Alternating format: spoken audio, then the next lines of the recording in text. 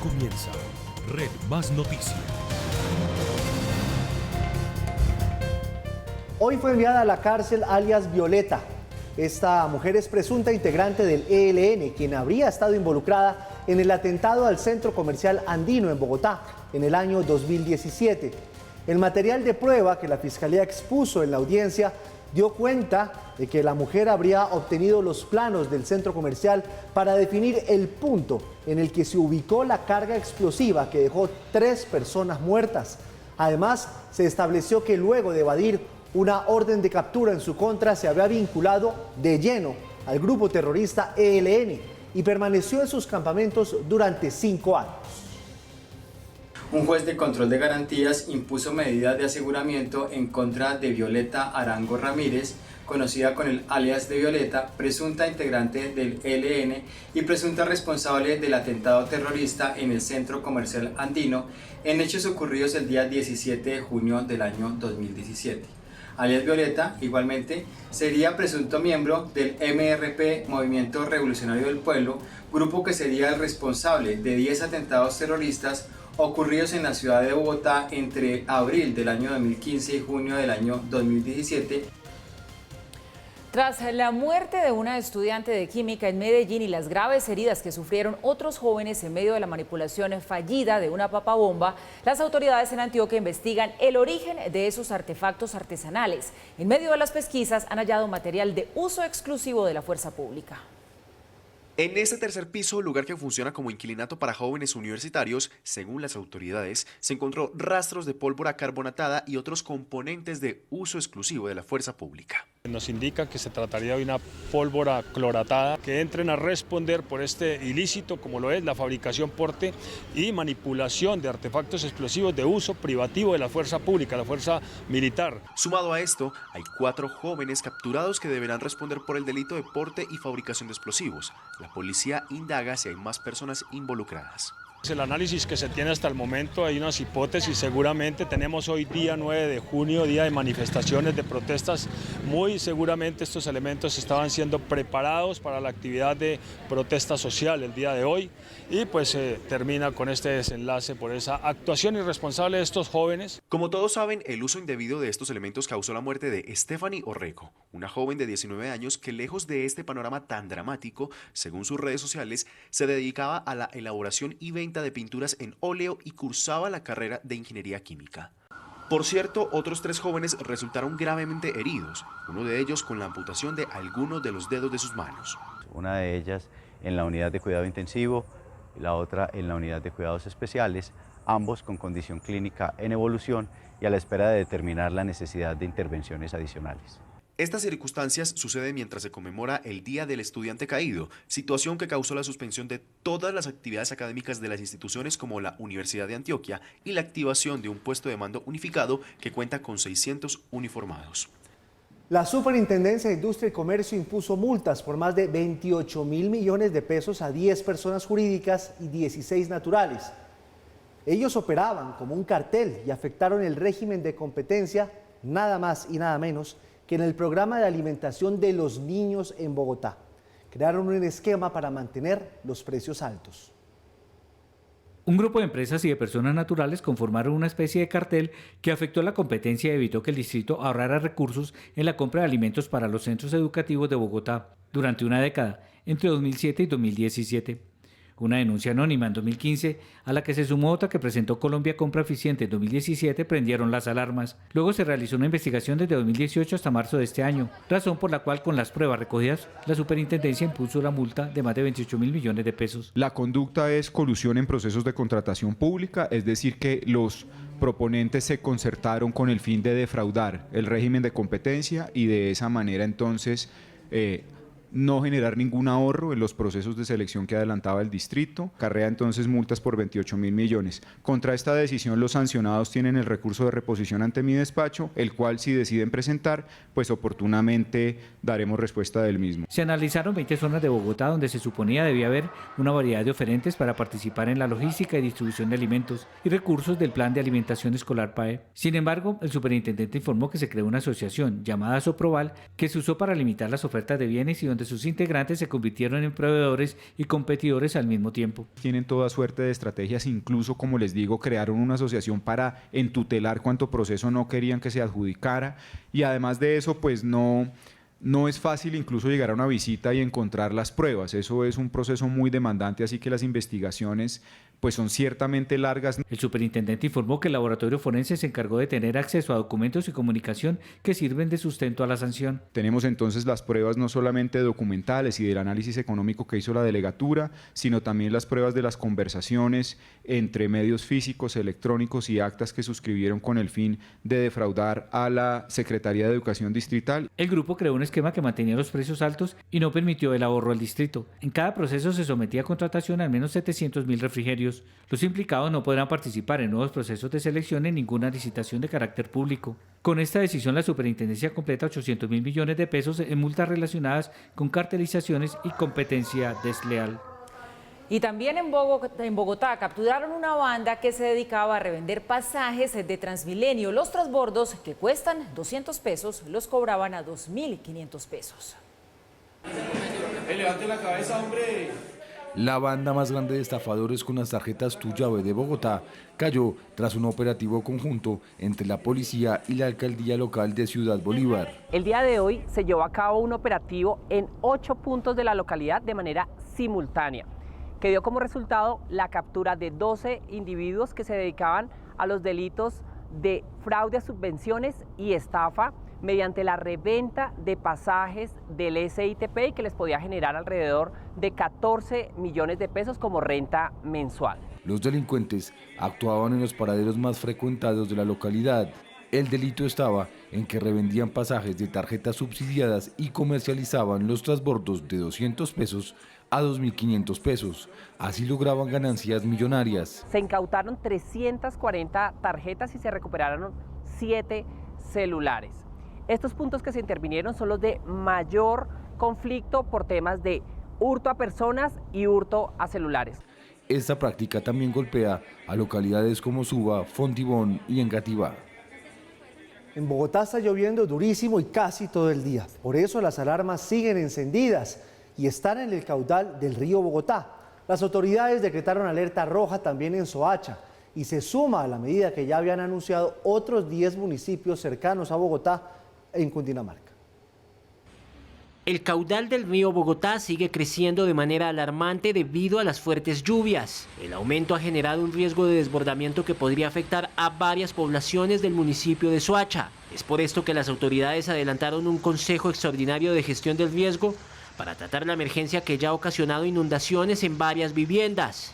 En la compuerta de Alicachín, que abre las puertas a la desembocadura del río Bogotá hacia el Salto del Tequendama, pasará de 150 metros cúbicos por segundo a 220 metros cúbicos por segundo, lo cual generará una alerta roja en todas las poblaciones. El mandatario agregó que fenómenos como la espuma contaminante podrían continuar, por lo que instó a los habitantes del municipio a mantenerse alejados del afluente. Tenemos que abrir compuertas y muy seguramente si la ola invernal continúa como está hasta hoy, serán muchos más metros cúbicos por segundo que estaremos abriendo la compuerta y que generará muchas más inconvenientes para todas estas poblaciones. Por su parte, la CAR informó que el río Bogotá viene presentando ascensos en sus niveles no solo a su paso por los municipios de la Cuenca Baja, sino también en Chocontá, que hace parte de la Cuenca Alta, lo que a su vez genera un aumento del caudal en la Cuenca Media a su paso por Bogotá y municipios circundantes. Del mismo modo, pues queremos darle un llamado a la comunidad en función a que la corporación mantiene un monitoreo permanente de todos los niveles y de las intensidades de lluvia en nuestro territorio para efectos de poder tener una articulación con municipios en lo que respecta a la gestión del riesgo. En municipios de Cundinamarca como Apulo, Tocaima, Girardot, Agua de Dios, La Mesa, Biotá, Anapoima y Anolaima se mantiene la alerta roja por riesgo de desbordamiento, mientras que en Bogotá las autoridades han atendido al menos 8 emergencias por sedimentos de tierra y en algunas zonas del sur el caudal del río Tunjuelito también está aumentando. Y miramos ahora qué pasa en materia de orden público. El Gaula de la Policía capturó a 33 integrantes del Clan del Golfo en diferentes partes del país. Estos hombres, que venían intimidando por años a ganaderos, mineros, también a comerciantes, cobraban grandes sumas por extorsiones. Además, las autoridades lograron comprobar que la mayoría de estos sujetos participaron en las acciones terroristas que se llevaron a cabo en el paro armado el pasado 6 de mayo, en retaliación, recordemos, por la extradición de alias Otoniel. Los capturados fueron puestos a disposición de la Fiscalía por los delitos de rebelión, concierto para delinquir agravado, extorsión y narcotráfico. Se montó un operativo especial dentro del Plan Cóndor con un bloque de búsqueda para capturar a miembros del Clan del Golfo que afectaron la vida y la tranquilidad de esa zona del país. Gracias al trabajo de nuestra Policía Nacional, en conjunto con la Fiscalía, se capturaron a 33 miembros del Clan del Golfo que fueron responsables o de extorsiones, o de artefactos explosivos, o en este caso de obstrucción al servidor público. A las disidencias de las FARC atribuyeron las autoridades el ataque a una subestación de la policía en zona rural de Jamundí, en el Valle del Cauca. El atentado, por fortuna, no dejó víctimas. Las autoridades del Valle del Cauca continúan tras la pista de los responsables del atentado registrado en el corregimiento de Robles, en Jamundí. La primera hipótesis que se maneja estaría relacionada con disidencias de las FARC.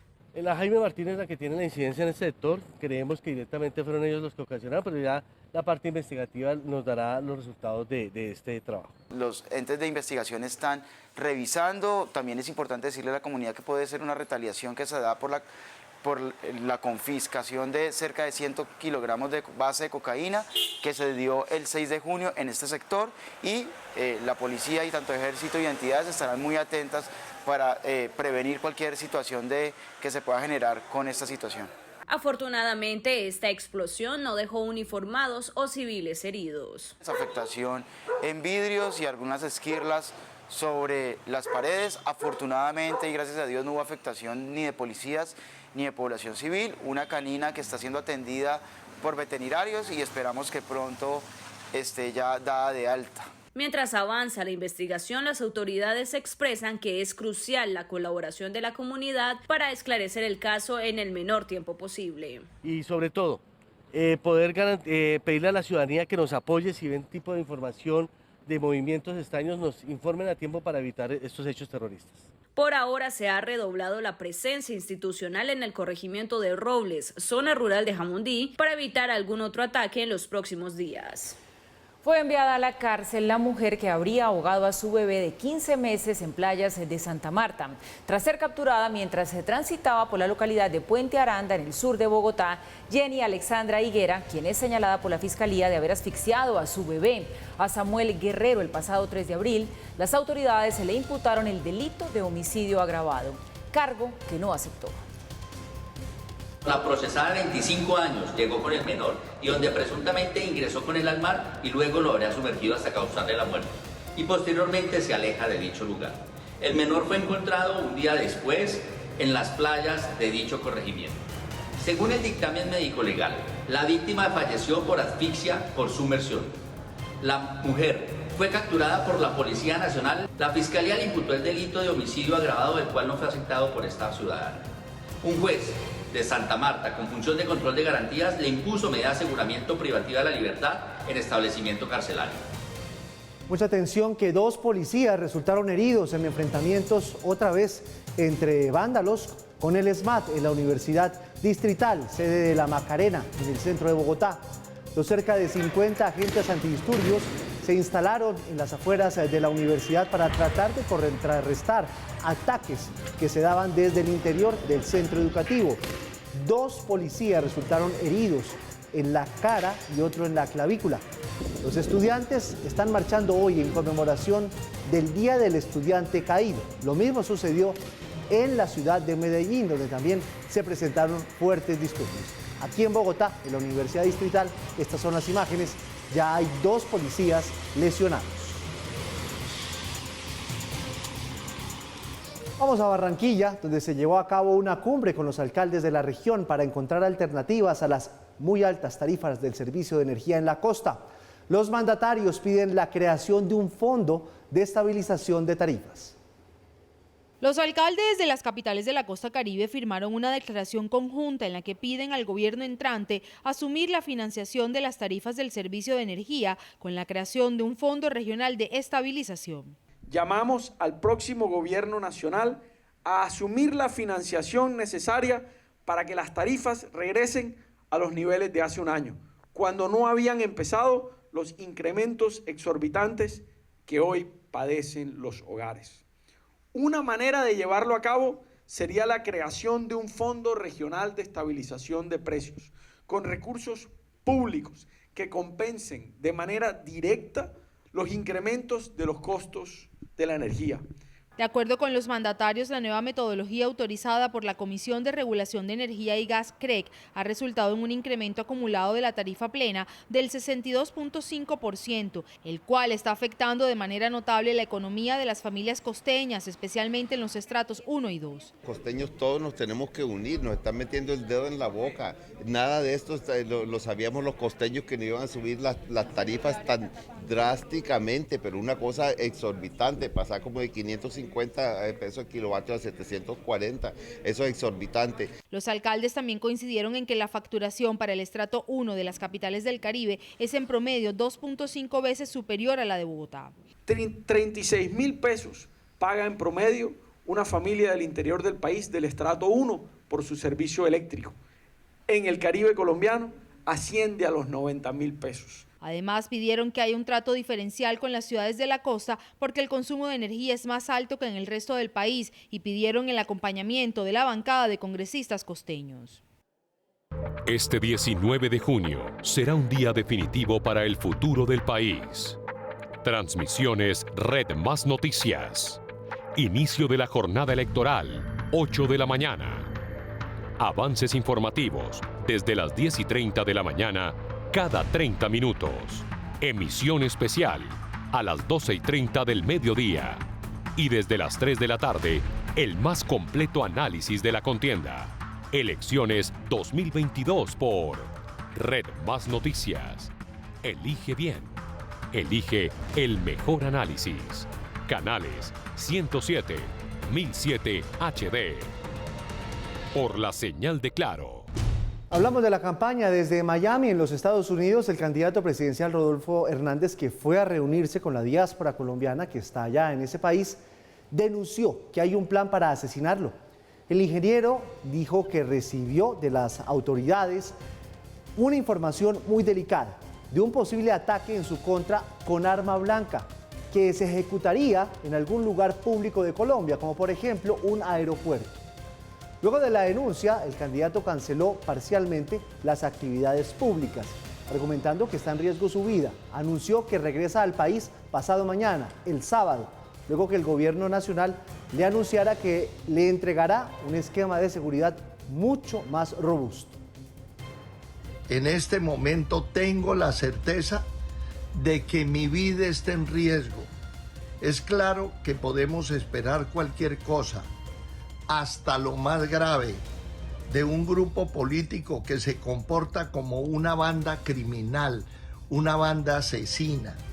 Por mi seguridad y para garantizar la posibilidad de una elección democrática este próximo 19 de junio, he tomado la decisión de cancelar todas mis apariciones públicas de aquí a las elecciones. La verdad, nunca me había dado miedo. Ahora sí lo tengo, y yo creo que con sobradas razones. Bueno, pues a propósito de este tema y de lo que viene el 19 de junio, el ministro de Defensa, Diego Molano, anunció que para la segunda vuelta presidencial se reforzará el pie de fuerza en el territorio nacional con el fin de garantizar una jornada electoral que sea segura. 20.000 hombres adicionales estarán custodiando puestos de votación, material electoral, infraestructura y también carreteras. En total serán 320.000 uniformados. Además, afirmó el ministro que la seguridad de los dos candidatos para los próximos días está 100% garantizada e hizo referencia a la denuncia de Rodolfo Hernández. por supuesto también para garantizar la seguridad de los candidatos. En el caso del ingeniero Rodolfo, toda denuncia que venga de afectaciones a su vida o algún tipo de amenaza es de inmediato estudiada, no se puede demeritar ninguna denuncia. Hay un plan Ágora que coordina el Ministerio del Interior en la protección de los candidatos, de inmediatamente se revisan las medidas y se reforzará allá donde la requiera. Y por los lados de la campaña de Gustavo Petro, pues el propio candidato respondió con una propuesta al anuncio de Rodolfo Hernández de no asistir a más eventos públicos por información de que está en riesgo su vida. Petro entonces lo invitó a que hagan debates en televisión, argumentando, dice Gustavo Petro, si mi contrincante tiene temor que atenten contra él, como lo hemos tenido nosotros sin frenar nuestras manifestaciones, lo invito a dar el debate en un lugar seguro. Luego, en otro trino, agregó que el pueblo merece los debates y usted tendrá la máxima seguridad, es lo que dice Gustavo Petro, ofreciéndole seguridad a Rodolfo Hernández. Más adelante les vamos a hablar de este día tormentoso, también en la vida política, en las campañas. Entre tanto, les cuento del clima mañana. Va a amainar un poquitico la lluvia en Bogotá, hoy hubo tormentas eléctricas muy fuertes. Mañana seguirá lloviendo en horas de la tarde, la temperatura va a caer a los 6 grados. Barranquilla también lloverá, en Cali y en Bucaramanga. Y Medellín tendrá el clima más complicado, tormentas eléctricas en la tarde, pero habrá sol en la mañana.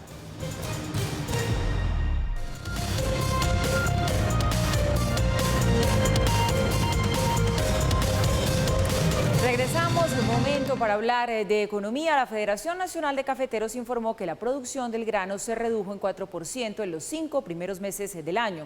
Según los datos de la Federación, entre enero y mayo, la producción llegó a 4,5 millones de sacos en 12 meses, es decir, entre junio de 2021 y mayo de 2022, la producción llegó a 12,4 millones de sacos, lo que representa una caída de 10% con relación al mismo ciclo anterior. Esa caída no solo se da en Colombia, ya que los reportes internacionales indican que otros productores, como Brasil, también la están sufriendo. Y entre tanto, el comercio en Colombia sigue creciendo y mejora levemente el clima de los negocios en el país, así lo reporta Fenalco. La última encuesta de la entidad que representa, o mejor que se presenta en la bitácora económica, muestra que hay una dinámica importante en el sector comercial durante los últimos meses del año y que el Día de las Madres fue clave para el comportamiento en mayo. Sin lugar a dudas, a pesar de la carestía y la inflación, el Día de la Madre fue fundamental para este comportamiento de mayo, especialmente en los rubros comprendidos en prendas de vestir, calzado, accesorios, igualmente restaurantes, alimentos y bebidas, equipos electrónicos fueron los principales productos que tuvieron un mayor dinamismo. Y de otro lado, el sector minero entregó un balance acerca de las inversiones que se han realizado para combatir el cambio climático. La cifra supera los 20 billones de pesos y hace parte de lo que se destina a las estrategias de reducción de emisiones de CO2 en Colombia. Desde 2018, el sector minero energético colombiano ha destinado 20,1 billones de pesos para desarrollar 263 proyectos enfocados en la mitigación del cambio climático. Así lo informó el Ministerio de Minas y Energía. Más de 10 billones de pesos se ejecutaron entre 2018 y 2022 y el objetivo es invertir los 9,5 billones adicionales en un periodo que va hasta 2025. El comunicado del Ministerio indica que el 83% de los proyectos son de mitigación del cambio climático, mientras que el 10% están dedicados a mejoras en adaptación a los cambios de condiciones en el entorno. El resto se enfocan en temas de gobernanza. El sector de generación de energía eléctrica lidera las inversiones con más de 16,1 billones de pesos destinados para este fin, seguido del sector de hidrocarburos, que ha destinado cerca de 3,5 billones. En el segmento de minería, las inversiones desde 2018, cuyo foco es la mitigación del cambio climático, alcanzan 546 mil millones de pesos para la ejecución de 17 proyectos, de los cuales el 53% están enfocados en la adaptación climática. Seguimos siendo líderes en materia de transición energética, de acción climática y va a seguir siendo un referente para los próximos años con todos los incentivos que hemos incorporado a través de las diferentes leyes que hemos aprobado, como la Ley 2099 de Transición Energética y la Ley de Acción Climática, que fue sancionada también el año pasado por parte del presidente Duque. El gobierno asegura que estos proyectos demuestran el compromiso del sector minero energético para ayudar en la reducción de emisiones de CO2 y para enfrentar y mitigar los efectos sobre el medio ambiente. están en línea con reducir en 11,2 millones de toneladas el CO2 para 2030.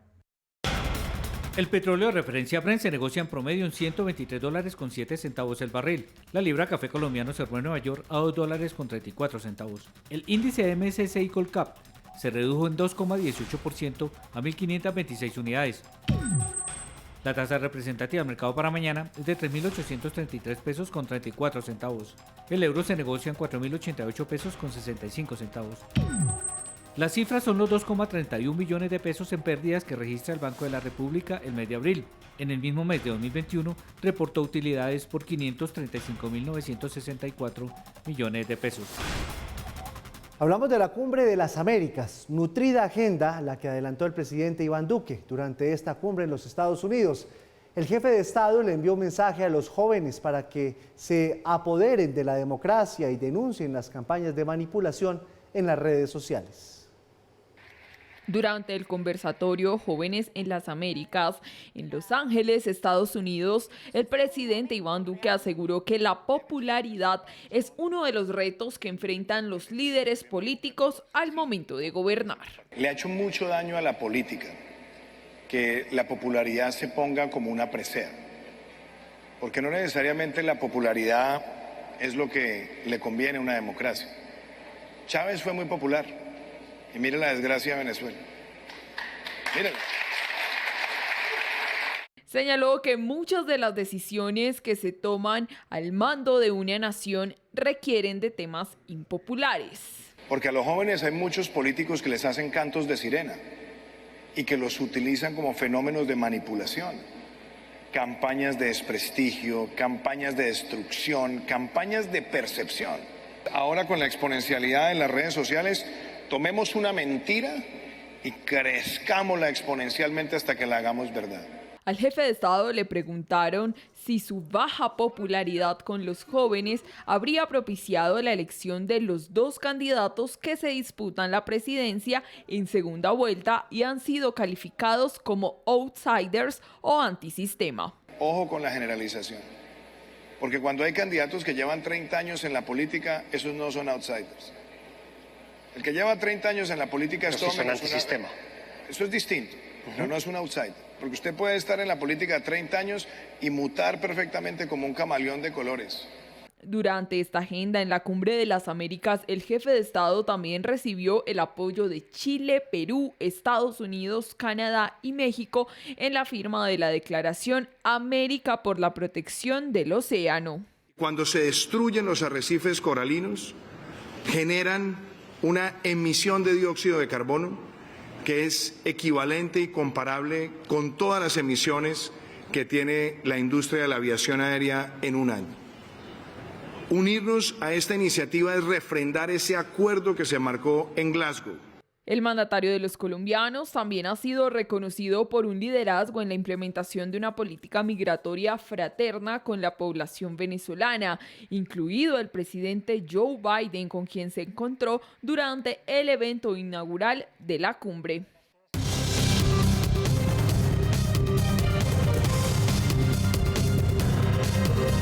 Noticias del mundo a esta hora. En este momento en los Estados Unidos están ya las audiencias públicas de la Comisión Especial que investiga el asalto al Capitolio. Eso fue el 6 de enero del año pasado. Esta es la primera audiencia del comité electo de la Cámara de Representantes que se lleva a cabo ahora sobre el ataque que podría meter en mayores líos a Donald Trump. Ana María, buenas noches.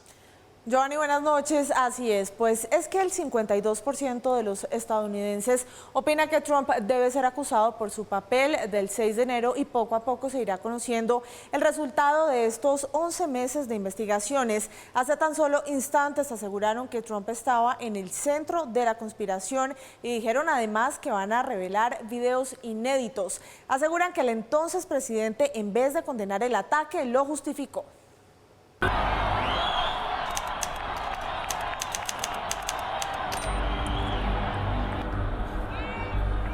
Después de casi un año de pandemia, con países aún en pleno confinamiento y cuando muchos pensaron haberlo visto todo.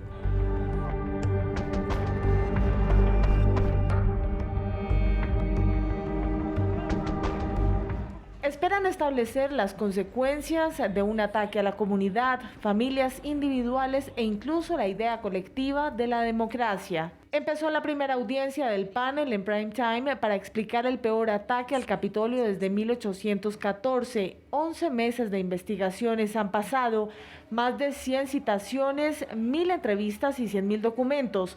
Con esto esperan empezar a contar una historia que hizo historia en el país de la democracia y la libertad. La lupa fue puesta sobre el exmandatario por presuntamente haber instigado a sus seguidores a marchar hacia el Congreso. Según la encuesta de The Washington Post y ABC News, el país está dividido sobre si Donald Trump debe ser acusado de un delito. El 52% de los estadounidenses considera que Trump debe ser acusado, mientras el 42% se opone a juzgarlo, y es que lo que salga de esta audiencia podría revelar hasta qué punto se involucró el exmandatario en este ataque.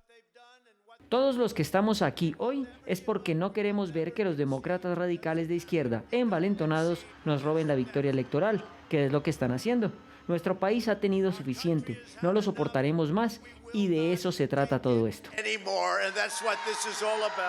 La bandera confederada nunca había entrado a la sede de alguno de los poderes públicos hasta ese 6 de enero de 2021. Una vez empezaron los actos vandálicos, el entonces mandatario se demoró más de 4 horas en hacer un llamado a sus seguidores a respetar a las autoridades e instituciones, esto sin condenar el asalto al Capitolio, mientras les decía que entendía su accionar. Hemos venido a exigir que el Congreso haga lo correcto y solo cuente a los electores que han sido designados legalmente. Sé que todos aquí pronto marcharán hacia el edificio del Capitolio para hacer oír sus voces de manera pacífica y patriótica. Hoy veremos si los republicanos se mantienen firmes por la integridad de nuestras elecciones y si se mantienen firmes o no por nuestro país. Se trata de las primeras presentaciones públicas del comité desde julio de 2021, cuando los agentes que defendían el Capitolio ofrecieron su testimonio de lo que pasó ese 6 de enero, cuando el ataque de una turba enfurecida dejó 5 muertos en el pilar de la democracia estadounidense. Y en una nueva sesión de la Cumbre de las Américas, el presidente Joe Biden promocionó un enfoque transformador para abordar la migración.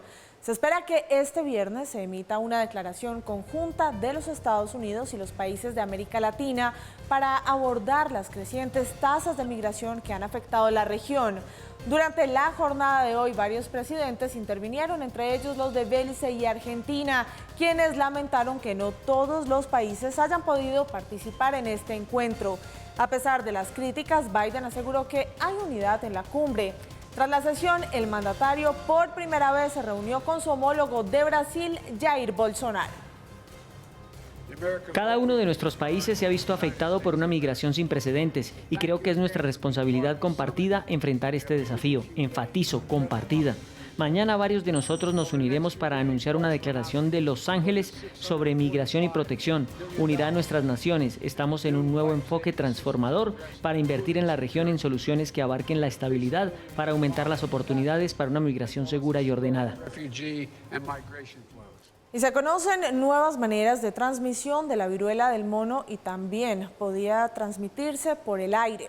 Ya hay más de 1000 casos en 27 países fuera de África y según los más recientes estudios, podría también transmitirse a través de pequeños aerosoles a partir de la exhalación de las personas. Según los más recientes lineamientos, la viruela del mono se propaga principalmente a través del contacto directo con llagas, costras o fluidos corporales y secreciones respiratorias durante el contacto prolongado. La alcaldesa de Berlín aseguró que el conductor que embistió a una multitud, dejando una persona muerta y al menos 14 heridas, actuó intencionalmente. En las últimas horas, las investigaciones revelan que el hombre padece trastornos psiquiátricos que lo llevaron a actuar deliberadamente. Sin embargo, la policía sigue investigando para determinar qué lo habrá motivado. Un alemán de 29 años de origen armenio, quien reside en Berlín. Autoridades también investigan los afiches que encontraron en su carro en los que hace referencia a Turquía. Están mirando si pueden estar relacionados con el ataque.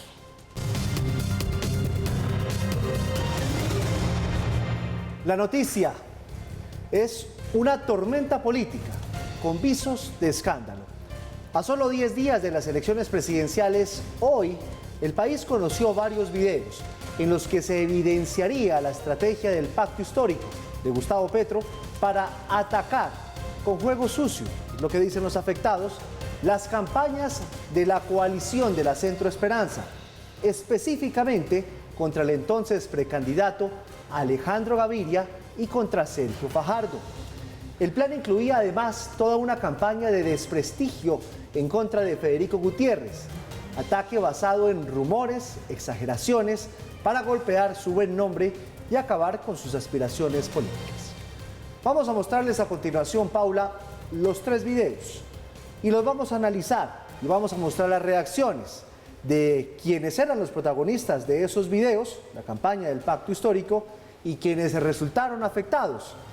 Quienes resultaron afectados aparentemente por ese juego, de esa campaña negra que se hizo desde el pacto histórico. Si le parece, Paula, vamos con el primer video. Bueno, mire, pues comenzamos con el primer video de los muchos que se han revelado en las últimas horas. En este video que ustedes van a ver se observa al jefe de debate parlamentario de la campaña, es decir, Roy Barreras, y en él se confirmaría que efectivamente desde el pacto histórico conocían sobre las reuniones con extraditables en La Picota y proponían una estrategia para enfrentar la tormenta política que se les venía encima, Giovanni. Aquí también en ese video se ve cómo en la reunión estaban participando la exalcaldesa de Bogotá, Clara López, y el exgobernador del Cauca, Temístocles Ortega. Al pabellón de extraditables.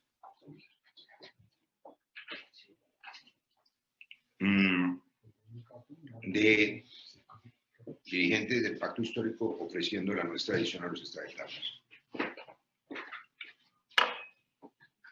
En los pabellones se reúnen guerreros. Te doy los datos y los nombres ahora. Eso lo van a sacar pronto, hay que estallarlo, les decía yo ahora, como cuando tú estallas controladamente un explosivo. La campaña tiene que advertir que eso, y descalificarlo y no salir a las explicaciones de otros. No, es que la persona que fue, es que quería decir otra cosa, porque es que la extradición es una cosa neocolonial y no sé qué. No. Los videos de la campaña de Gustavo Petro que se han dado a conocer en las últimas horas han tocado muchos puntos sensibles, pero quizás este sea el que más preocupación ha generado entre los distintos observadores, el que tiene que ver con la extradición. Recuerden ustedes que cuando empezaron las visitas por una parte de Juan Fernando Petro, el hermano de Gustavo Petro, a la cárcel La Picota. Por otra parte, cuando se conoció que Piedad Córdoba también estaba yendo a las cárceles a visitar extraditables, inmediatamente la opinión pública reaccionó señalando que qué hacían representantes o cercanos a la campaña de Gustavo Petro yendo a las cárceles a negociar qué, a hablar qué con los distintos presos, pero en concreto con los extraditables. Paralelamente, en ese momento ustedes recordarán que Gustavo Petro empezó a utilizar en sus discursos un concepto, el concepto del perdón social. Incluso en su momento citaba al filósofo francés Derrida y decía que el perdón social era parte integral de la manera como una sociedad podía volver a encontrar el camino y podía volver a unificarse. Y la gente empezó a unir esos dos pedazos, el perdón social por una parte, la visita a las cárceles, a los extraditables. Inmediatamente salió la campaña a decir que ni los unos estaban autorizados ni sabían por qué estaban yendo a esas cárceles, y por otra parte el mismo Gustavo Petro llegó a decir en su momento que quizás todo esto había sido un entrampamiento que se le había hecho a los periodistas. Recuerden ustedes que quien reveló buena parte de esta información fue Ricardo Calderón del canal Caracol, quien antes trabajaba en la revista Semana, y se señaló de parte de las redes sociales a Ricardo Calderón desde las huestes petristas. Pues bien, lo que revela este video que acabamos de ver es que desde la campaña de Gustavo Petro se sabía de antemano que estos contactos habían tenido lugar, que estos contactos tenían esos contenidos y que se estaba hablando con los extraditables. Por supuesto que lo que queda sobre la mesa es cuál era la verdadera intención de esas visitas. ¿Es verdaderamente el inicio ¿O fueron verdaderamente el inicio de una especie de negociación con los extraditables en los que se les daría una especie de perdón a cambio de apoyo desde el punto de vista político? Recuerden ustedes que la misma Clara López aparece en uno de los videos diciendo, bueno, uno puede decir hoy que no, mañana cambiar de opinión, mañana decir que sí, y el mismo Petro ha sido bastante dubitativo acerca de su posición frente a la extradición. En este momento no solamente existe preocupación de parte de un buen sector de la opinión pública acerca de si tendrá futuro o no ese acuerdo de extradición, sino que aparte de eso, la gente se pregunta cuál sería el alcance del perdón social, una figura conceptual que ha esgrimido el mismo candidato Gustavo Petro en caso de llegar a ser presidente. Una vez más, con este video revivieron todos los fantasmas y todas las inquietudes que rodearon esos momentos que fueron rechazados originalmente por la campaña y que hoy se demuestra que estaban bajo el conocimiento mismo de ellos, incluso antes de que los conociera la opinión pública. Vamos con el segundo video. En ese video vuelve a ser Roy Barreras protagonista, en presencia esta vez de Gustavo Petro. Habla de la estrategia para atacar al centro, para dividirlo y cómo atacar directamente a Alejandro Gaviria y a Sergio Fajardo, las caras más visibles de esa coalición de centro. Todas estas acciones mediáticas y digamos de manejo, de marketing, ustedes son los expertos, pero las acciones políticas. Tenemos dos cosas por hacer frente a ese fenómeno. O dividir ese centro aún más y hacer que el señor Fajardo, que tampoco es confiable, pueda sobrevivir para que divida la votación del centro, lo decíamos antes de que llegara Gustavo, inclusive tratar de salvar a Fajardo y presionarlo para que acepte la invitación de Petro de hacer una competencia con nosotros, o todo lo contrario, porque lo de Fajardo también es una amenaza, es decir, Fajardo tampoco nadie confía en él. Entonces, si no es esa la estrategia, lo que tenemos que definir es irnos al ataque contra Alejandro Gaviria, y dije hace 15 días, no puede ser Petro el que lo ataque. Decía Vinicius que es una señora de caridad, que nadie la puede tratar mal. Pues no la puede tratar mal Petro, pero yo sí lo puedo tratar mal. Y aún más, en el video que viene se observa a un asesor de la campaña del Pacto Histórico, Sebastián Guanumen, politólogo de una universidad rusa, hablar de cómo atacar al entonces candidato presidencial Federico Gutiérrez. Necesitamos empezar a generar contenido que nosotros podamos sacar por distintas redes, por distintos canales de WhatsApp, de Telegram, atacando a Fico. ¿Cómo lo vamos a atacar? Con sus relaciones con el narcotráfico. 1. 2. Con su mala gerencia en la alcaldía. ¿Sí? 3. Con las redes de poder que tiene detrás. 4. Hay que vender a Fico como una marioneta. ¿Sí?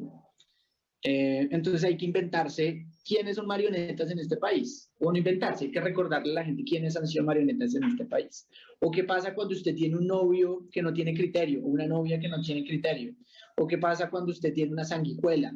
O qué pasa, ¿sí me hago entender? O sea, tratar de construir como unas líneas narrativas para hacer caer a Fico en términos de su estética, en términos de su vida personal, en términos de su vida política, ¿sí? Entonces, para eso, pues sí, hay que hacer investigación, hay que revisar como el prontuario de Fico y de la gente que lo rodea, pero hay que empezar a proyectar cosas, ¿listo? Hagan ustedes, dejen volar su imaginación, yo no quiero ponerles como, oiga, hagamos una noticia sobre esto, o hagamos una cadena sobre esto, pero piensen en, hay que atacar a Fico y quitarle a Fico la posibilidad de llegarle a las mujeres. Uno, a las mujeres. Cadenas de WhatsApp para que las mujeres vean de una manera negativa a Fico. Eso no sé si tenga que involucrar, pues estamos en un lugar, mejor dicho, estamos en un cuartel operativo de campaña B, ¿no? Entonces también, pues yo les tiro ideas, pero aquí pues se trata de defender la campaña y de lograr disputarle las audiencias a Fico. Entonces, uno, el tema de mujeres. 2, el tema del empresariado y la economía. Tenemos que proyectar que Fico va a acabar la economía de este país. O sea, que si estamos jodidos, con Fico va a ser peor. que si Duque llevó a este país a la crisis, Fico la va a hundir. 3, bueno, el tema de mujeres, ¿no? Entonces hay que ver, por ejemplo, no sé, una vaina así como usted confiaría en alguien como Fico, ¿no? Y poner la cara así como de depravado, no sé. ¿Le confiaría usted el país, le confiaría usted sus hijos a un presidente como Fico? ¿Sí? ¿Dejaría usted a su mamá o a su papá con los aliados de Fico? Una cosa así, o sea, empezar a jugar con temas muy emocionales tratando de quitarle audiencias, ¿no? Entonces, mujeres, familia, el bolsillo de las familias, de las personas, el tema de la seguridad, ¿sí? Que son los temas que según los grupos focales están pues, más arraigados. El tema de la seguridad. Entonces, por ejemplo, ¿sabía usted que Fico nunca, ¿sí? O sea, hay que exagerar. ¿Sabía usted que Fico nunca metió a la cárcel yo qué sé, a la de Antioquia cuando fue alcalde? ¿Sabía usted que Fico defendía a la oficina del Envigado? ¿Sabía usted que Fico tal? ¿Sí va a entender? Como que la gente cuando salga a la calle y la roben, piense, pues puta, eso es culpa de Fico. ¿Sí? Tenemos que llegar a través de todas esas canales de WhatsApp, a través de los memes, a través de las noticias, a través de todo lo que nosotros vayamos a proyectar acá, que la gente que sale a la calle piense que la inseguridad es culpa de Fico. Y proyectar que si Fico es presidente, vamos a vivir en la inmundicia de la seguridad en las ciudades. ¿Sí? El tema de la seguridad y las mujeres, por ejemplo. ¿Sí? Nos toca empezar a proyectar eso. El tema de los precios de los alimentos. ¿Sabe usted por qué los precios de los alimentos están tan caros? Pregúntele a Duque. Pregúntele a Fico. Una cosa así, yo qué sé. ¿Sí? O sea, si usted no puede comprar la papa o la carne, es porque Duque ha gobernado así y Fico es continuidad, yo qué sé, no sé. ¿Sí? Pero entonces necesitamos avanzar hacia allá. Mujeres, el bolsillo de los colombianos, seguridad, o sea, que cuando la gente vaya a comprar la papa o la carne, diga, pues puta, esto está caro por culpa de Duque y yo no quiero otro Duque en el poder. ¿Sí? Hay que empezar a buscar escándalos a Fico. Las revelaciones de estos videos alrededor de la manera como se ha hecho la campaña desde las toldas de Gustavo Petro, para algunos observadores han sido relativamente inocuas en la medida en que dicen, bueno, pues así se hace la política. Si los políticos no dicen en su estrategia que van a atacar a otros políticos, entonces, ¿qué es lo que hacen en esas estrategias? Pues bien, es posible que la política tenga esos rasgos sucios, esos rasgos de hacer permanentemente ese tipo de zancadillas y enlodar a la demás gente, especialmente a los contrincantes.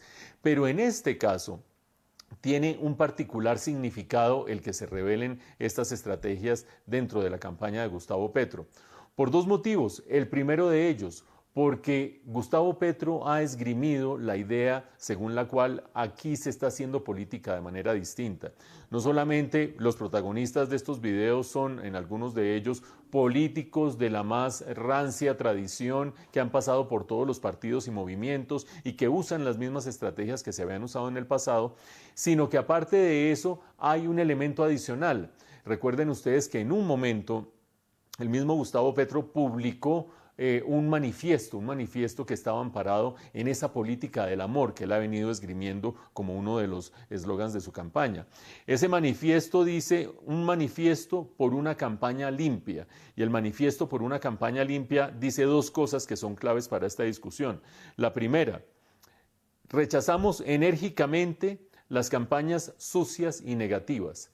Rechazamos enérgicamente las campañas sucias y negativas. El segundo punto del manifiesto, haremos campaña sin descalificar ni agredir a los adversarios. Bueno, pues si rechazan las campañas sucias y negativas y harán campaña sin agredir a los adversarios, ¿qué diablos tiene que hacer allí?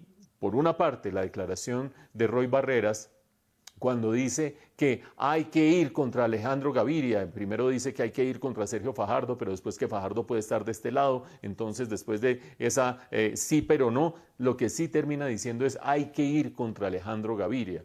Pero por otra parte, este asesor que ustedes han visto, que termina siendo Sebastián Guanúmen, quien dice hay que atacar a Fico Gutiérrez, hay que vender a Fico Gutiérrez como si fuera una marioneta, hay que hacerlo caer por su estética, incluso por su propia estética, y además hay que hacer una campaña negativa contra Fico Gutiérrez.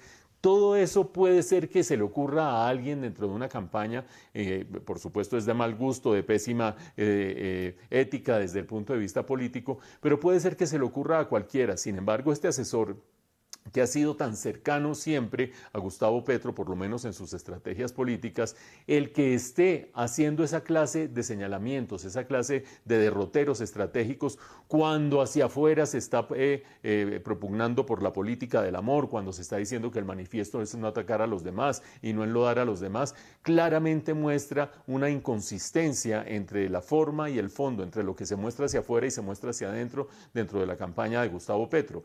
Y obviamente muestra que se está recurriendo a las políticas tradicionales, a las estrategias tradicionales, a los golpes bajos, a las zancadillas.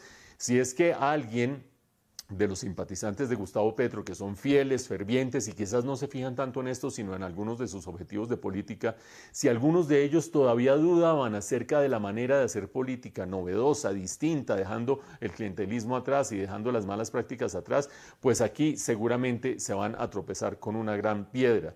Queda por ver, eso sí, qué terminará pasando en la primera reunión en que coincidan Alejandro Gaviria y Roy Barreras, porque Alejandro Gaviria el día de hoy publicó un comunicado en el que dijo: yo no me voy a meter en esas peleas, yo sigo para adelante y voy por mis objetivos, manteniendo su adhesión a Gustavo Petro. Sí quisiera uno saber cómo sería esa primera reunión que se diera después de estas revelaciones entre Roy Barreras, el que dijo que había que ir contra Alejandro Gaviria, y el mismo Alejandro Gaviria.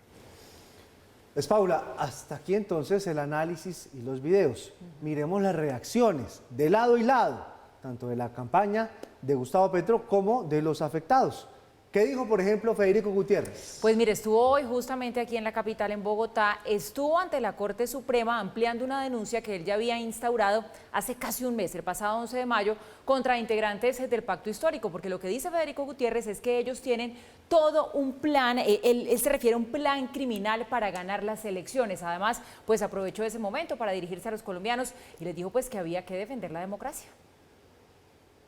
Colombia no puede caer en manos ni de Petro, ni de su estructura y de su banda criminal. Aquí lo que tenemos que hacer es cuidar la democracia, cuidar las libertades, y que esta denuncia, le pido a la Corte Suprema de Justicia que lo más pronto posible administre justicia, y ya como ciudadano, alejado y por fuera de la contienda electoral, le pido a los colombianos que elijamos bien el próximo 19 de junio. El país no se puede perder. Y por eso hoy estamos acá de nuevo ratificando esas denuncias, ya con las pruebas que han aportado diferentes medios de comunicación.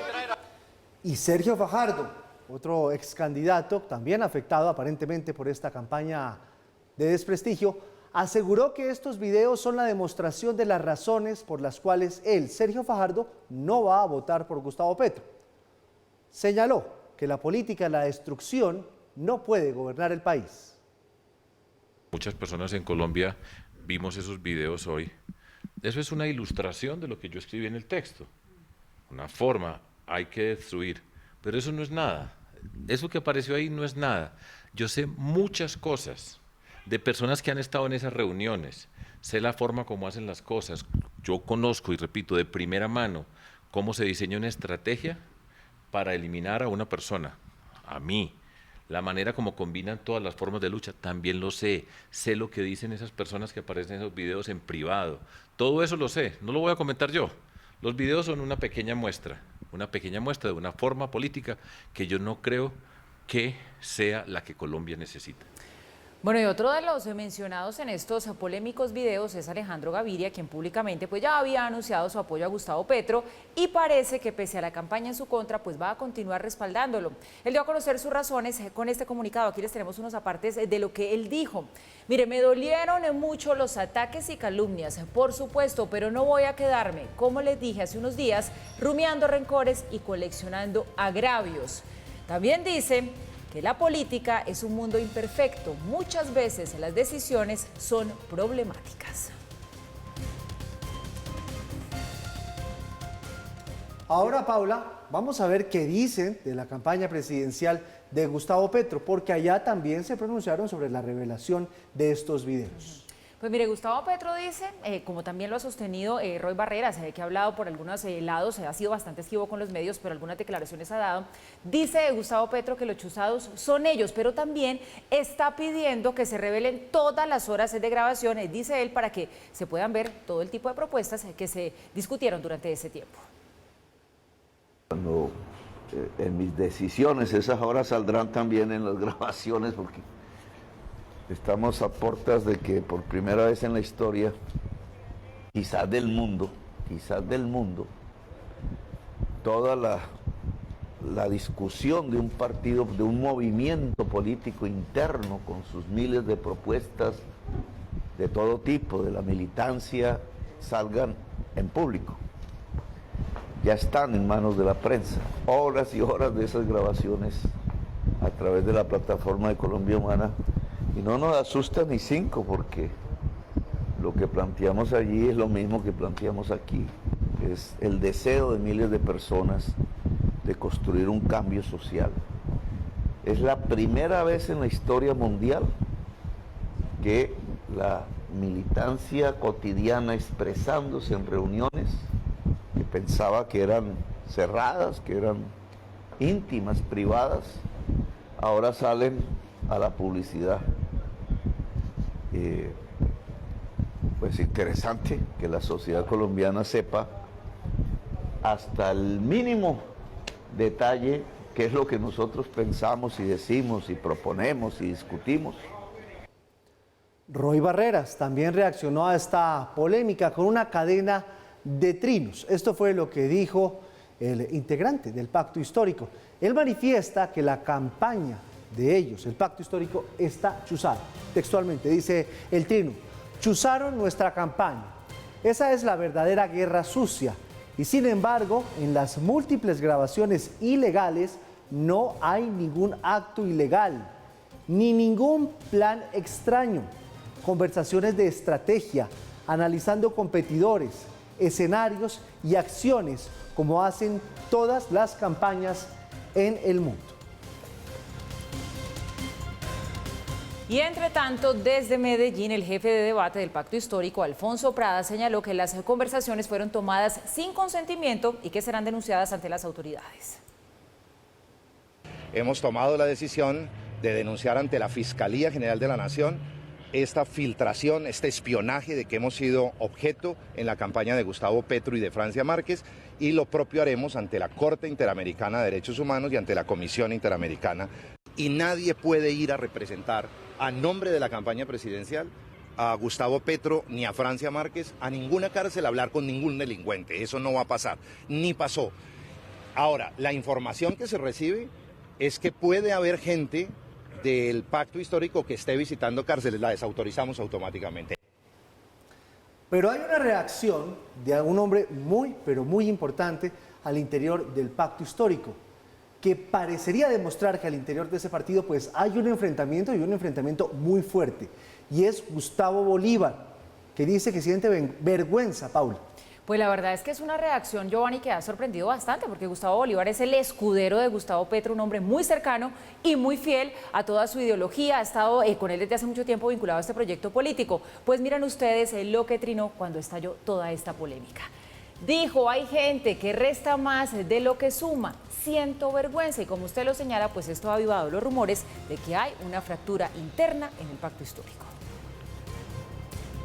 Y en todo este escándalo, pues salió a relucir, o como dicen aquí en Bogotá, salió a bailar el nombre de una empresa que se llama Supergiros. ¿Ellos qué dijeron de los supuestos aportes a la campaña del Pacto Histórico. Bueno, empresa Vallecaucana, déjeme decirle, dijo al senador Roy Barreras que Supergiros había hecho una donación a la campaña del Pacto Histórico por 500 millones de pesos, algo que pues no estaría permitido porque las personas jurídicas no pueden hacer este tipo de donaciones, no pueden hacer estos aportes. Pues inmediatamente se conoció esta información, la empresa emitió un comunicado, dice que ellos no han aportado ni aportarán ningún dinero a ninguna de las campañas y que además ellos hacen parte del sector postal y no del sector financiero, que es lo que se empezó entonces a especular si estaban haciendo esta supuesta donación buscando algún rédito en el futuro. En uno de los petrovideos, el senador Roy Barreras dijo que la gente de Supergiros, que ya ayudó en la primera vuelta, quiere explicar cómo avanzar hacia un sistema cooperativo financiero para acabar con el monopolio del sistema. La denuncia que presentó la revista Semana agrega que esa propuesta va de la mano con el aporte que podría ser de 500 millones de pesos y que es necesario que Gustavo Petro se reúna con la empresa. La reacción de la compañía fue inmediata y a través de un comunicado negó la vinculación que hizo el senador Barreras y además aclaró que no hace ningún aporte económico a ninguna de las campañas presidenciales. Supergiros recordó que los apoyos económicos se deben registrar en los libros que las campañas están obligadas a presentar al Consejo Nacional Electoral y que no deben existir porque no se ha hecho ningún aporte. Recuerda que se trata de una empresa del sector postal y que no hacen parte del sector financiero, que tiene alianzas y relaciones comerciales con la banca colombiana. Supergiros es una red de servicios con más de 20.000 puntos instalados en todo el país. Los videos donde varios miembros de la campaña del Pacto Histórico hablan de la estrategia frente a la competencia se han hecho virales y han causado gran revuelo. Luego de que se conocieron, Roy Barreras argumentó que se trata de una supuesta chuzada que habrían divulgado conversaciones privadas de una campaña. Y con Gustavo Petro recordaron el caso de Watergate, por el que cayó a inicios de la década del 70 el presidente de Estados Unidos, Richard Nixon. Y mientras más aportes de los videos se conocen y llueven críticas frente a esas afirmaciones, el Pacto Histórico se defiende con el argumento de que han sido espiados e infiltrados, un hecho que no tiene antecedentes de esta dimensión en la política colombiana. Más videos, más revelaciones, y en este caso creo que hay tres cosas que vale la pena destacar. La primera, la estrategia o la reacción del Pacto Histórico frente a esta revelación de estos videos. Como dicen algunos estrategas, la mejor defensa es un buen ataque, y se han ido al ataque diciendo que han sido chuzados, que son chuzadas del gobierno de Iván Duque, que van a hacer las denuncias ante el sistema interamericano de justicia. Por una parte Gustavo Petro, por otra parte Roy Barreras, por otra parte Alfonso Prada, todos al unísono nos han chuzado y ese es el verdadero problema, dicen ellos. Lo que sí es cierto es que cuando se ven los videos, con la manera como se han revelado, las imágenes, la candidez con la que suceden las conversaciones, está clarísimo que alguien de allí adentro, alguien muy cercano al círculo más íntimo de Gustavo Petro en términos de su estrategia política, cercano a Roy Barreras, cercano a quienes estaban en estas reuniones, fue quien hizo las grabaciones, algunas de ellas por la vía de comunicaciones por internet, otras directamente presenciales. En esa medida, señalar que es el adversario o el gobierno o etcétera que los chuzó cuando el enemigo, entre comillas, está dentro de sus propias toldas, es algo que pone bastante frágil el argumento de que nos están chuzando y por lo tanto nosotros somos las víctimas. Punto número uno. Punto número dos, el que tiene que ver con esa división de reacciones dentro del Pacto Histórico.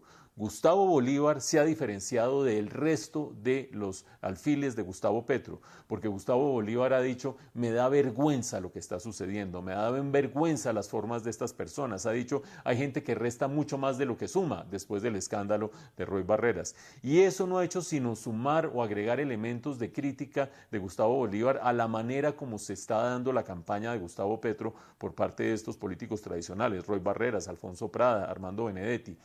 Faltará ver si esa grieta que se da en los principios, en la manera de hacer política, en la manera de hacer la estrategia, trasciende o no trasciende, porque por el momento, más allá de esa división, Gustavo Petro parece estar bastante conforme con la manera como se están haciendo las cosas. Y finalmente, la alusión a Supergiros, esta empresa que supuestamente habría ayudado económicamente en la primera vuelta. No lo digo yo, lo dice Roy Barreras cuando afirma la gente de Supergiros que ya ayudó en la primera vuelta Esa frasecita es problemática porque según la ley de financiación electoral no debería haber ningún tipo de donación de parte de personas jurídicas, es decir, de empresas a las campañas. ¿Cómo así entonces que la gente de Supergiros ya ayudó? O si fue a título personal, tampoco aparece registrada ese aporte de parte de alguna persona cercana a Supergiros a la campaña de Gustavo Petro. Allí hay una falta que algunos dirán que es una falta menor, pero evidentemente abre un hilo que si se jala puede terminar mostrando algún tipo de financiación ilegal dentro de la campaña de Gustavo Petro. Y nuestro tema del día, la polémica por los Petrovideos. ¿Qué opina usted sobre lo que dijo en unos videos el senador electo por el Pacto Histórico, Roy Barreras, sobre la estrategia de dividir las campañas electorales de Federico Gutiérrez, Alejandro Gaviria y Sergio Fajardo? Déjenos conocer su opinión con el numeral Lo que dijo Roy es. Seguimos hablando de las reacciones ahora del gobierno, porque el ministro del Interior, Daniel Palacios, rechazó estos señalamientos de Gustavo Petro, quien asegura que es el gobierno el que está detrás de estas filtraciones de los videos. Ustedes lo vieron hacerle un anuncio al país de manera irresponsable, temeraria, de que las elecciones se iban a suspender. Ni se suspendieron, las elecciones se hicieron normales, transcurrieron con normalidad.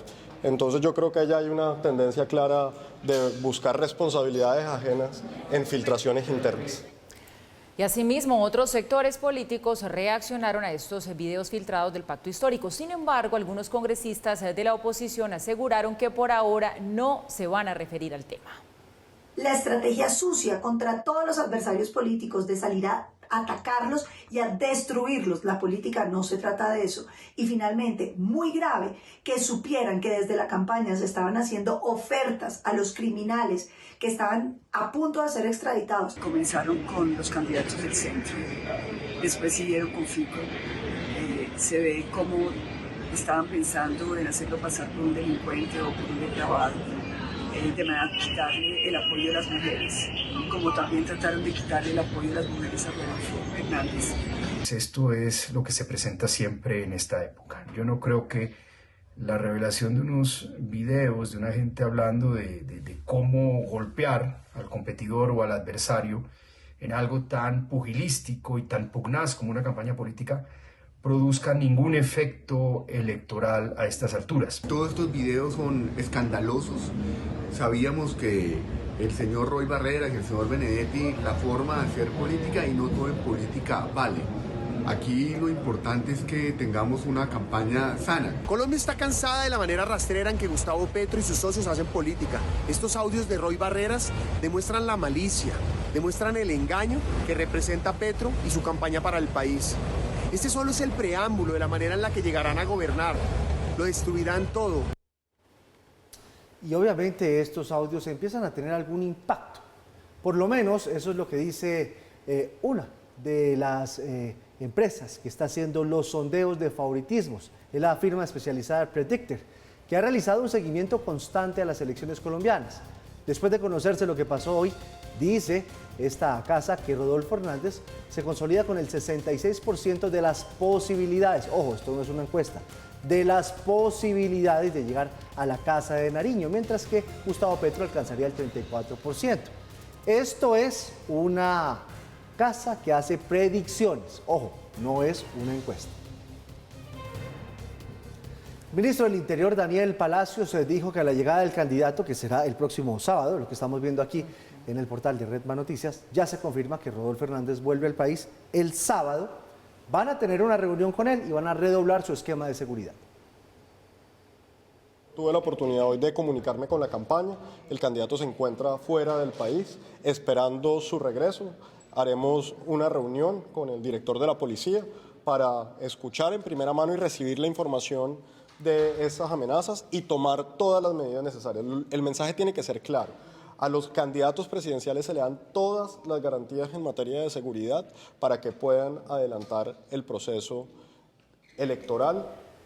Y por los lados de la otra campaña, la del Pacto Histórico, además, de la polémica del día con estos videos, sigue también el rifirrafe en redes entre Gustavo Petro y Egan Bernal.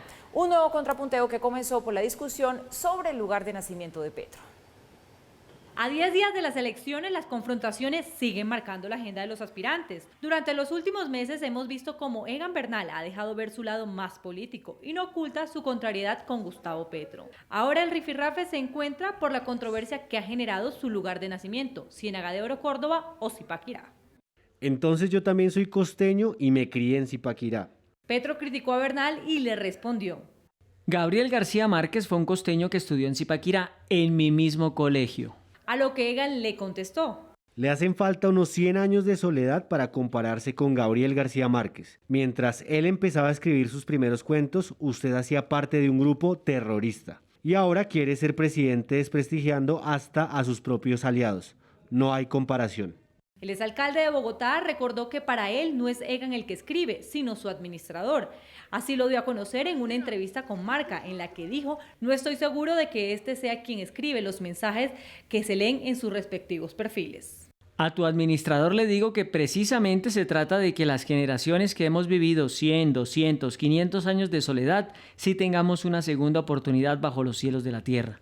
Otra de las controversias se encuentran con su contrincante Rodolfo Hernández, con quien se compromete a iniciar una búsqueda a profundidad por los restos de su hija. Esto luego del comunicado emitido por el ELN, quien niega haber secuestrado a Juliana y pedido dinero al exalcalde de Bucaramanga por su liberación.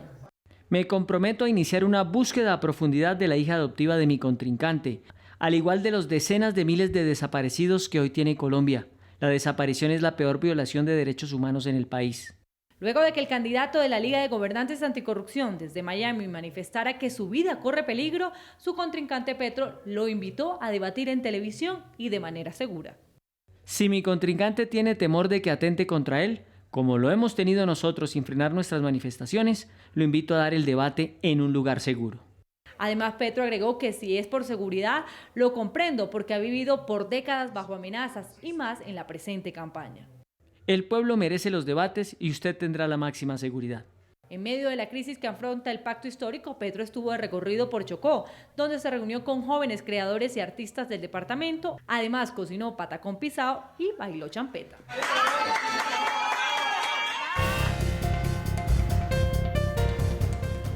Cambiamos de tercio, hablamos de otros temas. Hoy se conmemoró el Día del Estudiante Caído en varias ciudades. En Bogotá hubo fuertes disturbios en la Universidad Distrital, en la sede del barrio La Macarena. 2 policías resultaron heridos, pero el hecho más grave se presentó en Medellín. Murió una estudiante de química allá en la capital de Antioquia. Las heridas las sufrieron porque se les explotó una papa bomba. Cuando la policía fue a investigar, encontró material de uso exclusivo de las fuerzas militares. En este tercer piso, lugar que funciona como inquilinato para jóvenes universitarios, según las autoridades, se encontró rastros de pólvora carbonatada y otros componentes de uso exclusivo de la fuerza pública. Nos indica que se trataría de una pólvora cloratada que entren a responder por este ilícito, como lo es la fabricación, porte y manipulación de artefactos explosivos de uso privativo de la fuerza pública, la fuerza militar. Sumado a esto, hay 4 jóvenes capturados que deberán responder por el delito de porte y fabricación de explosivos. La policía indaga si hay más personas involucradas. El análisis que se tiene hasta el momento, hay unas hipótesis, seguramente tenemos hoy día 9 de junio, día de manifestaciones, de protestas, muy seguramente estos elementos estaban siendo preparados para la actividad de protesta social el día de hoy y pues se termina con este desenlace por esa actuación irresponsable de estos jóvenes. Como todos saben, el uso indebido de estos elementos causó la muerte de Stephanie Orreco, una joven de 19 años que lejos de este panorama tan dramático, según sus redes sociales, se dedicaba a la elaboración y venta de pinturas en óleo y cursaba la carrera de ingeniería química. Por cierto, otros 3 jóvenes resultaron gravemente heridos, uno de ellos con la amputación de algunos de los dedos de sus manos. Una de ellas en la unidad de cuidado intensivo y la otra en la unidad de cuidados especiales, ambos con condición clínica en evolución y a la espera de determinar la necesidad de intervenciones adicionales. Estas circunstancias suceden mientras se conmemora el Día del Estudiante Caído, situación que causó la suspensión de todas las actividades académicas de las instituciones como la Universidad de Antioquia y la activación de un puesto de mando unificado que cuenta con 600 uniformados. La Superintendencia de Industria y Comercio impuso multas por más de 28.000 millones de pesos a 10 personas jurídicas y 16 naturales que operaron como un cartel y afectaron el régimen de competencia en el programa de alimentación escolar en Bogotá. Estamos hablando del PAE. Crearon un esquema para mantener los precios altos. Un grupo de empresas y de personas naturales conformaron una especie de cartel que afectó la competencia y evitó que el distrito ahorrara recursos en la compra de alimentos para los centros educativos de Bogotá durante una década, entre 2007 y 2017. Una denuncia anónima en 2015, a la que se sumó otra que presentó Colombia Compra Eficiente en 2017, prendieron las alarmas. Luego se realizó una investigación desde 2018 hasta marzo de este año, razón por la cual con las pruebas recogidas, la superintendencia impuso la multa de más de 28.000 millones de pesos. La conducta es colusión en procesos de contratación pública, es decir que los proponentes se concertaron con el fin de defraudar el régimen de competencia y de esa manera entonces no generar ningún ahorro en los procesos de selección que adelantaba el distrito. Carrea entonces multas por 28.000 millones. Contra esta decisión los sancionados tienen el recurso de reposición ante mi despacho, el cual si deciden presentar, pues oportunamente daremos respuesta del mismo. Se analizaron 20 zonas de Bogotá donde se suponía debía haber una variedad de oferentes para participar en la logística y distribución de alimentos y recursos del Plan de Alimentación Escolar PAE. Sin embargo, el superintendente informó que se creó una asociación llamada Soproval que se usó para limitar las ofertas de bienes y donde sus integrantes se convirtieron en proveedores y competidores al mismo tiempo. Tienen toda suerte de estrategias, incluso como les digo, crearon una asociación para entutelar cuánto proceso no querían que se adjudicara y además de eso pues no es fácil incluso llegar a una visita y encontrar las pruebas, eso es un proceso muy demandante, así que las investigaciones pues son ciertamente largas. El superintendente informó que el laboratorio forense se encargó de tener acceso a documentos y comunicación que sirven de sustento a la sanción. Tenemos entonces las pruebas no solamente documentales y del análisis económico que hizo la delegatura, sino también las pruebas de las conversaciones entre medios físicos, electrónicos y actas que suscribieron con el fin de defraudar a la Secretaría de Educación Distrital. El grupo creó un esquema que mantenía los precios altos y no permitió el ahorro al distrito. En cada proceso se sometía a contratación al menos 700.000 refrigerios. Los implicados no podrán participar en nuevos procesos de selección en ninguna licitación de carácter público. Con esta decisión, la superintendencia completa 800.000 millones de pesos en multas relacionadas con cartelizaciones y competencia desleal.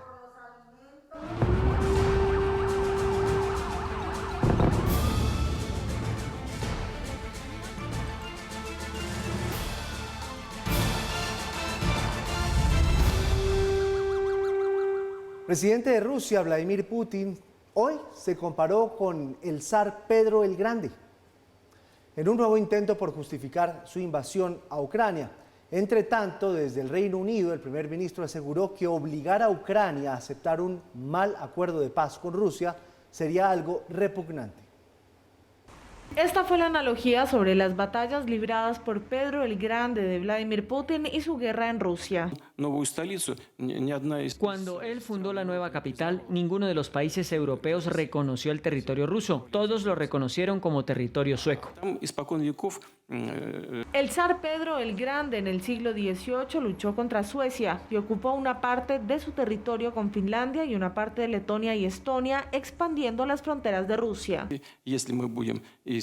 Regresar y consolidar es lo que estaba haciendo. Ahora parece que es nuestro turno de regresar y consolidar. Entre tanto, el primer ministro británico Boris Johnson calificó como repugnante obligar a Ucrania a aceptar un mal acuerdo con Rusia. Simplemente no estamos en condiciones de decirles qué hacer. Han demostrado con su heroísmo que lucharán por defender su patria y han demostrado que ganarán. La Unión Europea anunció que aportará otros 218 millones de dólares en ayuda humanitaria a Ucrania. Un nuevo tiroteo se registró en Estados Unidos, en el estado de Maryland. Un hombre armado entró a una fábrica y mató a 3 personas, mientras 2 más resultaron heridas, una de ellas de gravedad. El sospechoso huyó en un carro antes de que llegara la policía.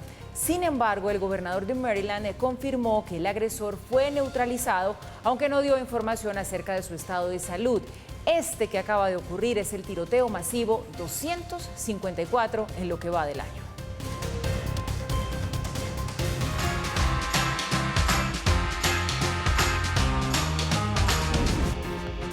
Momento de compartir lo más destacado en materia de entretenimiento. Desde este 10 de junio en Bogotá está a disposición una muestra inmersiva por la obra de uno de los pintores más vanguardistas de la historia, Vincent Van Gogh. La experiencia llamada Beyond Van Gogh ha recorrido toda Latinoamérica y allí está Marco Vergara, quien nos trae los detalles de esta noche.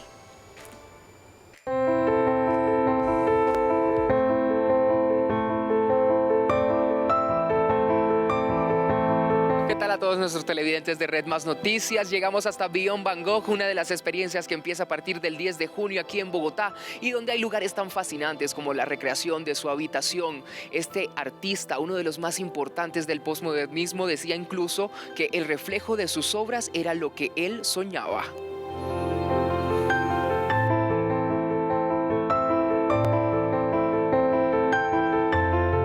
Es una experiencia diferente, van a encontrar distintos salones, van a encontrar un lobby con distintos puntos de foto, una pequeña muestra de lo que viene en la exposición más adelante, un salón educativo donde van a poder leer textos, cartas del artista.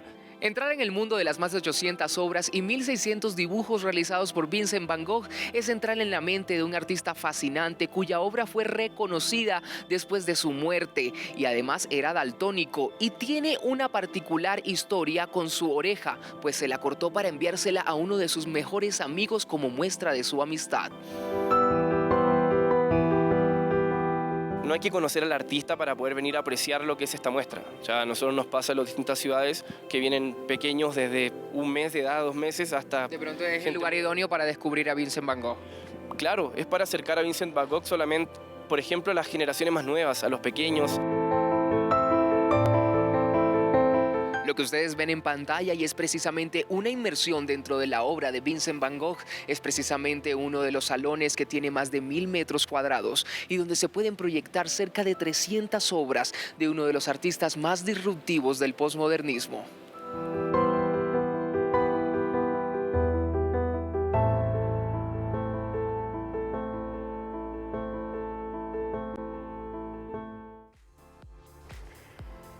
Conteo regresivo para el Festival del Folclore en Ibagué, que regresa a la presencialidad para destacar lo mejor del Huila.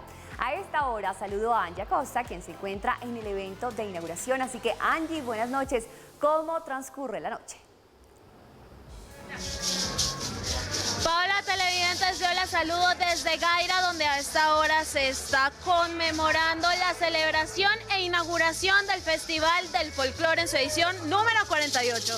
Y a esta hora ya estamos de fiesta, pero quiero invitar al señor alcalde de Ibagué que me cuente más sobre la programación que vamos a tener durante los próximos días. Así es, todos los colombianos los invitamos a que vivan lo mejor del folclore, lo mejor de las tradiciones reunidos en una sola ciudad, nuestra capital musical de Ibagué. Del 17 de junio al 3 de julio con grandes expresiones culturales, artísticas, conciertos musicales, que estará Rey Ruiz, Andy Montañez, Sergio Vargas y más de 50 orquestas, todas de manera gratuita. El día del tamal, el día de la lechona, con lo mejor de la gastronomía. Un rico clima y gente espectacular que lo recibe con amor, cariño e inmensa alegría. Señor alcalde, ¿cuándo va a ser este festival? Así es, del 17 de junio al 3 de julio los esperamos, 2 puentes festivos. Ahí tiene la prima para que la inviertan en la ciudad de Ibagué y además reactivemos la economía y disfrutemos estas lindas vacaciones con lo mejor del folclore en una linda ciudad que los espera como lo es Ibagué, la ciudad musical. Bueno, y justamente es porque en Ibagué...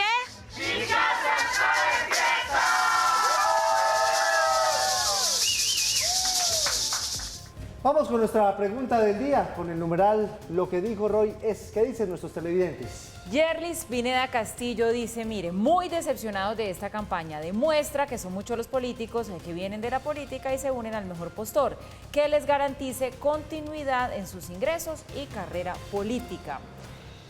Jorge Cepeda, que es un politiquero que juega muy bien al ajedrez y las fichas son sus seguidores. Y Arcila García nos dice, eso es normal y más viniendo de ese personaje que lo único que es un mantenido del Estado, o sea del pueblo, en la degradación de la política.